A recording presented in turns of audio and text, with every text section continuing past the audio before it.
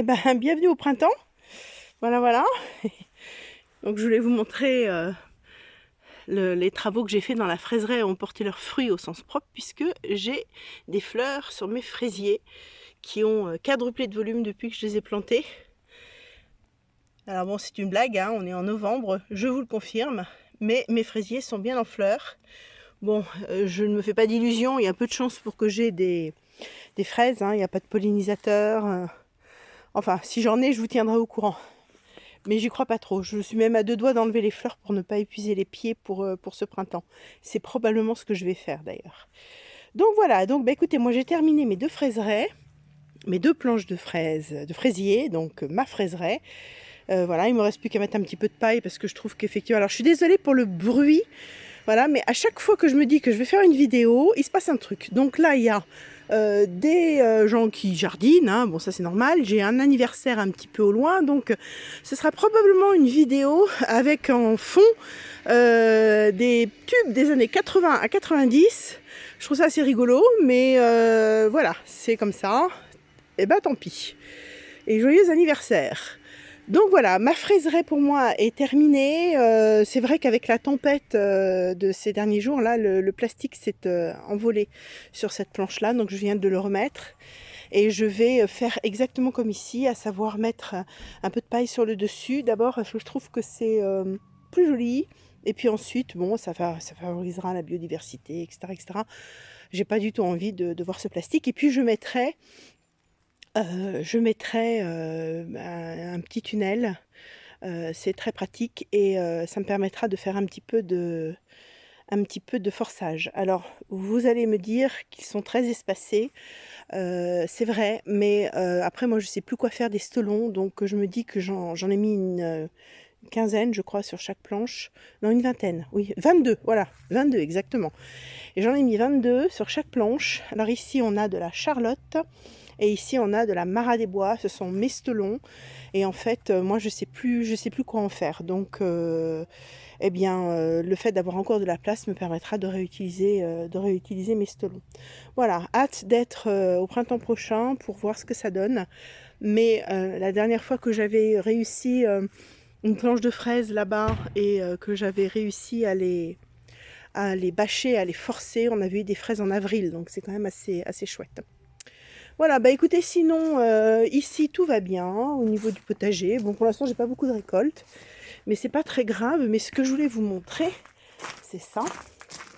Je suis encore dans les récoltes de poivrons, de tomates et d'aubergines. Alors, c'est vraiment les derniers de chez dernier. Mais enfin, on a mangé des poivrons hier et c'est assez exceptionnel. Alors tout ça grâce à des techniques que je regarde, que je lis, que j'apprends un petit peu sur YouTube.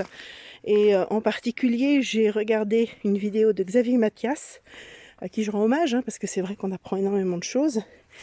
Et donc c'est grâce à lui que j'ai pris un reste de plants de tomates miniatures. Ce sont des miels du Mexique. Et je les ai suspendus dans la serre. Et de fait, elles mûrissent. Donc on arrive à récolter encore un petit peu des tomates. Voilà, c'est tout ce qui me reste. Mais c'était un essai qui a bien fonctionné. Donc l'année prochaine, j'en mettrai plein. J'en mettrai partout. Le long de la petite... Bon, elle n'est pas grande ma serre, hein, mais j'en mettrai quand même le long de la serre. Et comme ça, eh bien, je pourrais en avoir beaucoup plus. C'est un essai qui a été concluant. Alors autre chose que j'ai voulu tester également, parce que je ne l'ai jamais fait, mais de fait cette année j'ai vraiment tellement réussi mes aubergines et mes poivrons que j'ai lu que si on prenait les plants alors qu'ils sont robustes, et là j'ai quand même des troncs, hein, c'est vraiment des pieds qui sont extrêmement robustes, et qu'on les mettait en pot l'hiver à l'abri et qu'on les replantait au printemps, on pouvait avoir à nouveau des fructifications. Donc je vais essayer ça. Ils étaient sur la plate-bande donc, qui était ici. C'est tout ce qui me restait et c'est également un test, hein, c'est comme ça qu'on apprend. Donc j'ai pris les pieds en gardant un maximum de terre. J'ai remis dans des pots avec du terreau. Je ne l'ai pas fait pour l'aubergine, mais je vais le faire avec un petit peu de paille. Je vais les laisser dehors jusqu'au gelé. Pour l'instant, on ne nous en annonce pas, donc j'ai l'intention de les laisser dehors. Sur le côté sud de la maison, là, j'ai déjà pas mal de choses. Et dès qu'on nous annonce du gel, alors moi je suis une accro aux applications météo, je regarde ça extrêmement attentivement et dès qu'on nous annonce du gel, je les rentrerai et puis je les ressortirai au printemps et on verra bien si ça marche. Mais de fait, voilà, les poivrons que je vous ai montrés tout à l'heure, bah, ils viennent de là, quoi. Donc ce sont vraiment des plants qui sont robustes et ben, avec un peu de chance, ça va marcher. Sinon, sinon, au niveau du potager en lui-même, eh bien, là, ce sont mes choux sacrifiés, hein, que j'offre en offrande aux limaces qui, du coup, me laissent ceci tranquille. Donc allez, c'est un deal, hein, ça marche, ça me plaît. Ici, bah, les poireaux continuent à grossir. Alors ce que j'ai fait récemment, c'est que j'ai nettoyé tout le fond. J'ai coupé mon sureau, hein, je vous avais dit que je le ferais pour les raisons bah, que j'ai expliquées plus tôt. Trop d'ombre, trop de gêne, et cetera. Et puis de toute façon, bientôt, je vous annoncerai une grande surprise, quelque chose qui nous a été permis et qui va tout changer au niveau de la gestion des arbres, arbres fruitiers, et cetera. Et qui fait que voilà, je regarde les choses de manière complètement différente et ce sureau-là va disparaître et il y en aura d'autres à d'autres endroits, donc ça c'est très bien. Ici j'ai ma blette rescapée enfin la poirée, hein, rescapée de cet été et que je vais faire monter en graines. Et puis ici j'ai des navets qui vont bien, les betteraves aussi. Alors je ne sais pas du tout si j'aurai des récoltes avant le printemps cette année ou pas, on verra bien. Écoutez, c'est la première fois que j'ai un potager aussi plein au mois de novembre. Donc je suis en observation pour l'instant, hein, voir ce qui marche, ce qui marche pas. Apparemment les navets c'est quand même pas mal. Donc ça c'est bien. Ici j'ai du radis noir, c'est pareil, c'est la première fois que j'arrive à avoir du radis noir, donc je suis assez contente, hein, on verra bien. Les épinards par contre c'est pas top, c'est très très clairsemé, donc il faut que je rachète des graines là et que j'en mette ailleurs.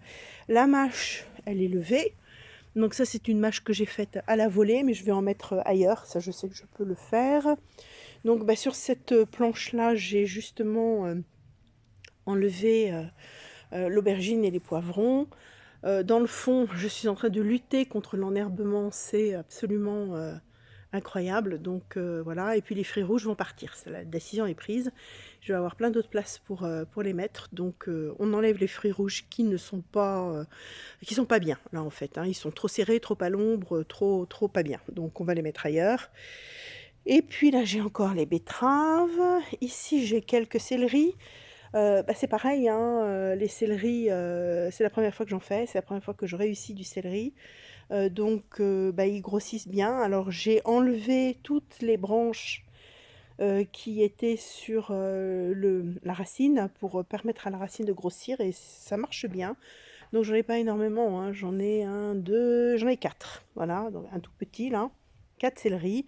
Je suis partie de la graine. C'est assez long, hein.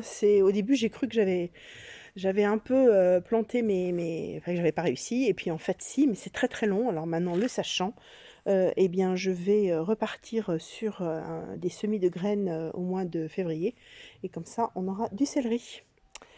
Alors ici, j'ai planté l'ail.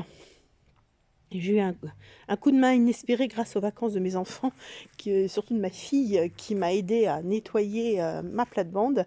Donc j'ai réussi à planter l'ail à temps, mais alors voilà, donc après c'est tout le boulot qui me reste.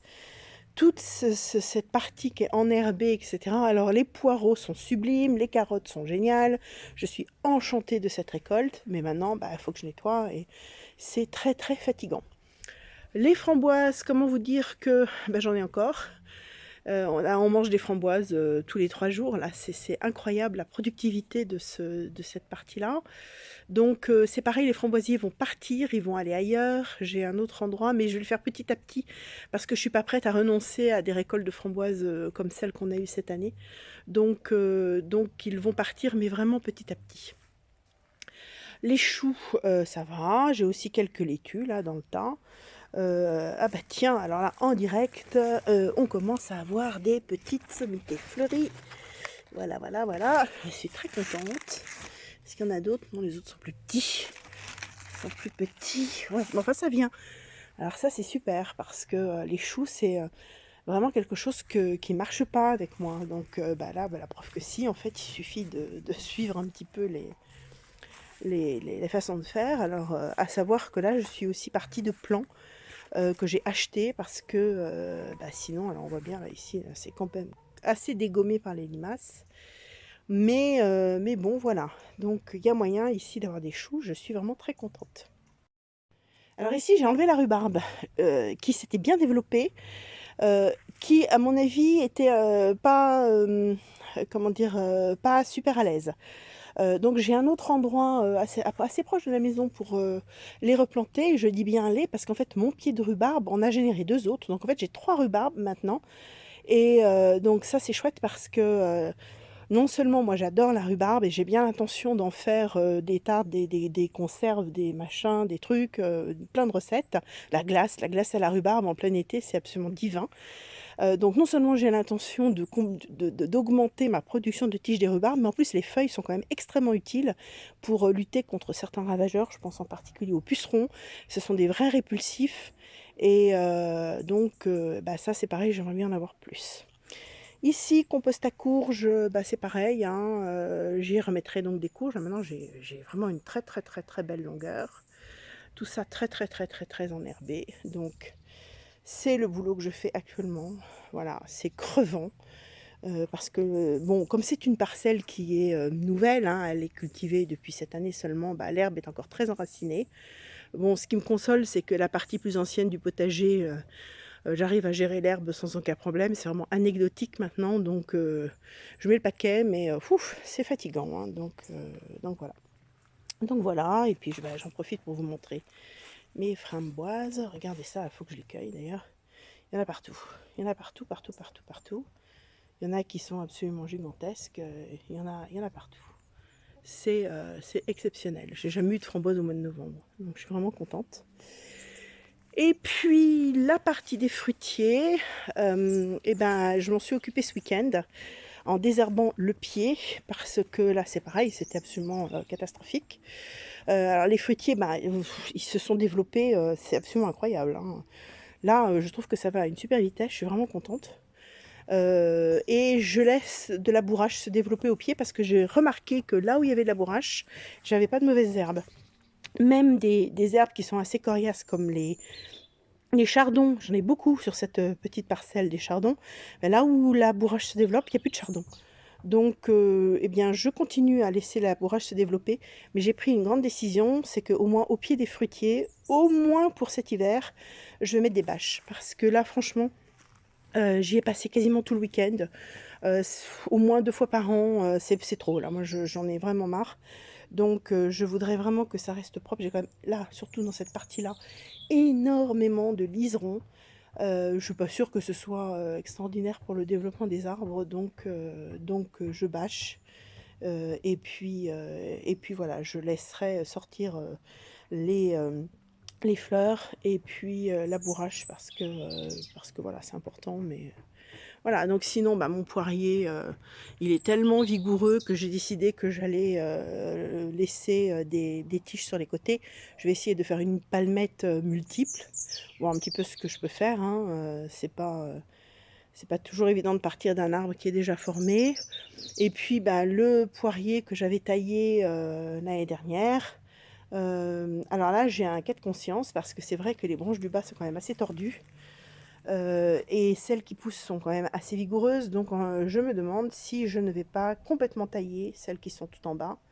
Je sais pas, faut que je réfléchisse parce qu'elles ne sont pas à l'abri de fructifier l'année prochaine, donc ça m'embêterait quand même de me priver de ces fruits. On verra bien, peut-être que je vais essayer de tout baisser encore un peu, voilà. Et puis bah, la vigne donc elle a 2 ans. Et elle est bien maigrelette pour une vigne de 2 ans, mais il y a une raison à cela, c'est que mon mari, lorsqu'on l'a installée, a passé la débroussailleuse dessus. Donc elle s'est retrouvée rikiki. Et là, je trouve que pour une deuxième année, elle s'est bien développée. Je sais que l'année prochaine, ce sera bon.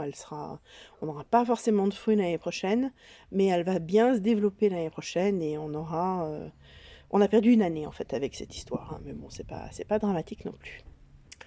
Voilà, voilà. Donc, bah écoutez, un bel automne qui se profile avec de la pluie, mais aussi pas mal de soleil, ce qui permet bah, à tout ça de rester productif au maximum. Et puis bah là, je vais enlever mes carottes, enlever quelques poireaux et puis me mettre à désherber. Alors la bonne nouvelle, c'est que nous, la tempête nous a quand même pas mal épargnés. On a eu un peu de vent, mais enfin rien de grave.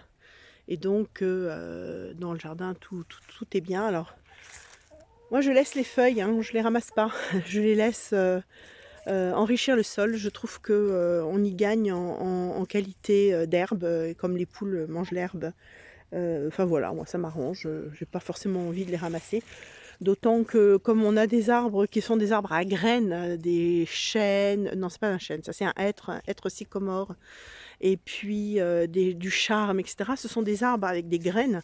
Donc ramasser les feuilles pour faire un compost, par exemple, c'est aussi ramasser les graines. C'est difficile de ne prendre que les feuilles. Et après, je me retrouve avec des plants d'arbres par centaines. C'est vraiment la catastrophe. Donc je ne le fais pas. Je ramasse pas ces feuilles-là. Plus tard, quand on aura un verger, et on aura un verger, je pourrais ramasser ces feuilles, mais en attendant, je me contente de ramasser par exemple les feuilles du frêne. Là, on a un grand frêne, et j'aime beaucoup cet arbre parce que la feuille de frêne en tisane, elle apporte plein de bienfaits, et elle, je peux ramasser ses feuilles et les mettre au compost. Mais voilà, tout ce que j'ai là, ce sont des hêtres sycomores, plein de graines, quoi. Donc voilà, donc ça, je ne ramasse pas, voilà. Et c'est à cet endroit que je vais planter ma rhubarbe, là, dans quelques jours. Je vais faire un jeu de chaises musicales. Il y a des choses qui vont partir et qui vont être remplacées. Ça, c'est mon grand jeu à l'automne, hein, je déplace tout. Et puis bientôt, je serai à même de vous annoncer une grande nouvelle.